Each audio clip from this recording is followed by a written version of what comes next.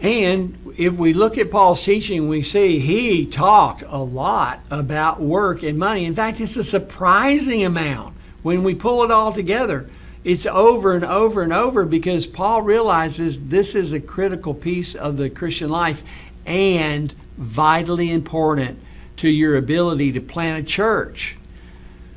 So, Paul taught that we glorify God in our work. He doesn't follow the distinction between sacred and secular when it comes to work. All work, anything that you do in your calling in life that meets your needs and helps others and feeds your family, all of this brings God glory, even applied to slaves. Obey your earthly masters in everything, and do it not only when their eye is on you, but with sincerity of heart and reverence for the Lord. Whatever you do, work at it with all your heart, as working for the Lord, not for men, since you know that you will receive an inheritance from the Lord as a reward. Is the Lord Christ you are serving. And you see here at least two places where basically Paul is teaching this same concept. Paul states pretty clearly that work contributes to society and meets needs. I showed you that by this hard work we must help the weak, remembering it is more blessed to give than to receive. Now, one of the things that we see in various parts of the world today, even, where they're really not happy about Christians, but people have to admit, these Christians are honest, really hard-working people, and they help people who are in need. And so it really changes their ability to be able to criticize the Christians, even though they may not like all that they're teaching. Or as he says in Ephesians, but must work, doing something useful with his own hands, that he may share something with those in need. So Paul doesn't want people hanging around the church who aren't working if they can work. And this is very clear in these multiple places in the New Testament. In 1 Thessalonians, make it your ambition to lead a quiet life, to mind your own business, and to work with your hands, so that your daily life may win the respect of outsiders, and so that you will not be dependent on anybody. This is a basic teaching of his discipleship. Actually, if you look at this, how many times this comes up in different settings.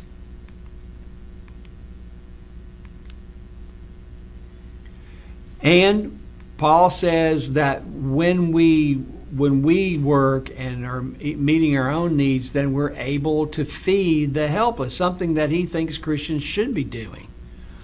No widow should be placed on the official support list unless she is 60 years old, has been the wife of one husband, and is well known for good works. That is, if she has brought up children, shown hospitality, washed the saints' feet, helped the afflicted, and devoted herself to every good work. Now, the fact is here we're talking about new churches, and Paul is already assuming that they have an official list of widows that the church is helping feed. In their society, every able-bodied man and probably woman is expected to be working in some way. But older widows, that's not possible anymore. And the next group is like orphans, too young probably to work. And so Paul sees this as something that Christians actually do. But you've got to work yourself in order to help people like this, and that's part of what Paul is saying here.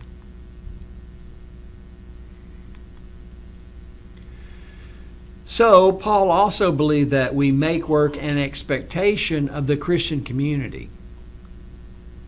When we were with you, this is what we commanded you. Listen to this. We commanded you, if anyone isn't willing to work, he should not eat. For we hear some are not working at all. So Christians got together, and they got together pretty regularly. And they often shared a meal together. And so it looks like there are people who are coming not because of their interest in Jesus, but because this is a free meal. Paul says we'll have none of that. If these people aren't working, they're not going to participate in our meals together, which obviously church members must be taking turns to prepare or bring in or whatever. No, if you're not working, you're not eating with this group. Or as he says in 1 Timothy, if anyone does not provide for his own household, he has denied the faith and is worse than an unbeliever. Oh my goodness, friends. There are not many statements in the New Testament so strong as that. If he is not working, and the assumption was that if he looks, he can find work. If anyone is not providing for his own household, you should be taking care of your wife and your children and parents or whoever else is in that oikos, inside of that household. You're the first one responsible for taking care of your own people. And he says this in such a way that this is basic Christian morality. It is expected of a Christian as a member of the church.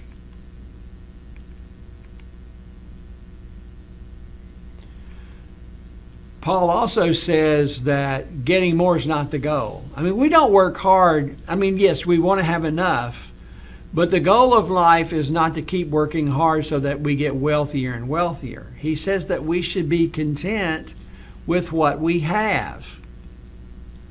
Some imagine that godliness is a means of financial gain. And actually, we know all around the world today, there are Christians who think that if they're really godly, if they're really good Christians, they're going to get some kind of financial blessing from it. But godliness with contentment is a great gain. But if we have food and clothing, we will be content with these. Those who want to be rich fall into temptation, a trap, and many foolish and harmful desires. For the love of money is the root of all kinds of evil. So on one hand, Paul is saying we should be working hard. We should be meeting our own family's needs. We should be helping those others outside of our family who are in need. But we're not driven by simple materialism that the more we have, the better the car, the bigger the house. That is not what drives us, because that's not what's so important in life. So we've been thinking about what Paul taught basically individuals in the church. Let's look at how Paul related to money in that local church, okay? In all of this story in Acts and the epistles, we can say very clearly Paul never brought into nor took money from a local church he was planting. So let's say he's in Corinth. He did not bring money from Antioch to start the church in Corinth. He didn't do that. And while he's there in the city of Corinth, he is not taking any money from the people that he's evangelizing. I think that probably goes back to that whole issue about, in the Greek world, lecturers and famous speakers and teachers were paid and then they changed their message to fit the audience or whatever. Paul doesn't want to have that reputation related to the gospel or to the church or to his own ministry. Paul never brought into nor took money from a local church he was presently planting. That's a really good rule. He never handled local funds. You know, he didn't. There's no evidence that Paul, and I don't believe that he would have, said, "Hey, I'll be the treasurer of this new church. Just give all of your offerings to me, and I'll take care of it." No, Paul was not going to do anything. They had to learn to do this themselves. Now, he did accept hospitality from the people that he was ministering to, if they offered it to him. And this is a form of financial help, but it is a very culturally appropriate form. For remember, this is a day where there's not, 7 little motels at every exit on the interstate. There weren't that many places to stay like that, and you never knew what you were going to get if you stayed somewhere like that. So Paul accepted hospitality when offered, and here's several examples, references that we have from the New Testament, saying that he did so gladly. He was thankful to the Lord and to those people for this kind of help. And he did accept gifts from established churches elsewhere, ones that he himself had planted before this time, and they know now that he's doing the same thing in another place that he did while he was with them, and they want to be a part of it. They want to help him. They also probably have seen him work night and day, working during the day and ministering late into the night, and they want to make sure that he doesn't wear out before he gets this task done. So he's accepting gifts from established churches elsewhere, not the one that he is presently planting. That, again, makes sense in this paradigm of how Paul views money. And from the beginning, we're told repeatedly, from the beginning of planting this church, he teaches the believers that they are to support their own leaders. They don't look for outside funding for those leaders. They may in the early days not have all the funds they need to support him full time, but in their own way, with their own means, he expects them to give sacrificially to support their own leaders, even, relatively new young leaders who are just finding their way in ministry. This is very clear in all of his teaching. Now, in terms of financial support of local workers, I just want to say this, because if you've been to another part of the world where you've seen a local pastor or someone else like that, and they don't have nearly as much money as you do, I just want to say that wise love, not personal guilt, is what should guide our decisions about helping brothers who have less. The problem is we can undermine, we can short circuit the whole process of God raising up an indigenous church that takes care of its own needs by putting in money from outside. That's been the history of missions in multiple places and around the world today. Subsidy to a local church or its leader will always undermine local stewardship and initiative. Look, you step in and say, hey, I love this pastor here. I'm going to start sending him $500 a month because he's a wonderful man and he's a godly man. I admire him and I've got the money. Well, what if that church, through its own sacrifice, could only raise $100 a month? Which is, let's say, the same level or maybe a higher level than most of them are living at. What does it do for an outsider to just show up and start giving the guy $500? It completely destroys their desire, their sense of urgency, their sense of responsibility to support their own pastor. And now he's not their pastor. Now, there are times when we see a community that is really poor, not by our standards, but we really have to judge this by the world standards. Approximately half of the people in the world today live on less than $2 a day. In India, you're not really considered poor if you make over 50 cents a day. And so these people have ways of functioning fairly well on a lot less than you and I probably have. But sometimes we see a real need. We see malnourishment and other things. So instead of just handing them money, it's much better that we empower them by teaching them to fish. And the question is, does it make them more or less dependent? Whatever we're doing, that should be the critical question. So it might literally be teaching them how to how to build a fish pond and raise fish and increase the protein in the whole community and have a lot of stuff to sell. Or it might be something much smaller, a woman who makes great little biscuits every day and could sell them in the market if she just had $25 to buy the right kind of little oven and something to wrap up this stuff. I mean, you can change her whole life with really just a little bit of money. So instead of just pouring in money from outside, if there are simple ways that we can empower them to use their own abilities and resources that make them less dependent instead of more dependent, then that really is a much better long-term answer. Those who serve as pioneer church planners and not local pastors may need and be sustained by outside support. Now, I'm basing this statement on what I see Paul doing. When people have left their own community where they had to have some kind of job before, and now they're going, let's say, internationally or cross-culturally to be a part of planning churches in another area, that makes sense that they're going to need some help. But again, we have to be really careful with our outside money from another country, that we're not undermining the local church's sense of responsibility and ability to do that within their own national economy.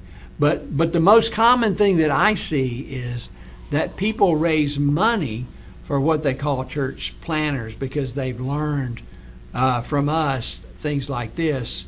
But when you go and see what they're really doing is these are just pastors. They're not actually planning anything. So I would find out whether somebody that you're thinking about supporting is actually struggling out there planning multiple churches in a Pauline way instead of planning a church, his church, that he's already been working on for 10 years and he really would like to have some outside funding, which if he finds will almost certainly mean that church is never going to take responsibility for itself and its ministry. It's better to help someone ministering sacrificially than to hire someone to go do something they're not already doing. I've seen this personally happen several times. You meet somebody and you think, oh, well, I bet that guy would be willing. And so if I pay him, he'll go do this work. Versus here is a devout Christian who's really struggling hard to feed his family while also doing lots of ministry. If I'm going to help somebody, and hopefully not by just handing them something, but maybe enabling their business or helping them raise more crops in their garden or whatever that is, I'm going to help someone who's already doing that and not a hireling because I have the money to hire them. That is not a wise way to move forward. Ministry built on financial support from outside often subverts new believers. It models materialism. It steals sheep. And it builds money-based hierarchies.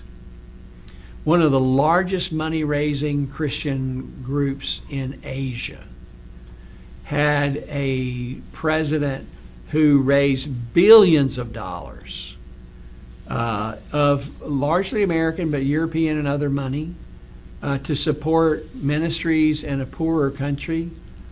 And in the end, there were hundreds of millions of dollars that could not be accounted for. Nobody knows what happened to them. And I used to ask Americans this, you're giving this guy, basically millions and millions of dollars. You're building a denomination based on outside funding instead of local spiritual leadership. Does that seem wise? I think if it were our denomination, we would be offended and up in arms over somebody even attempting to do such a thing, but many people are doing that today.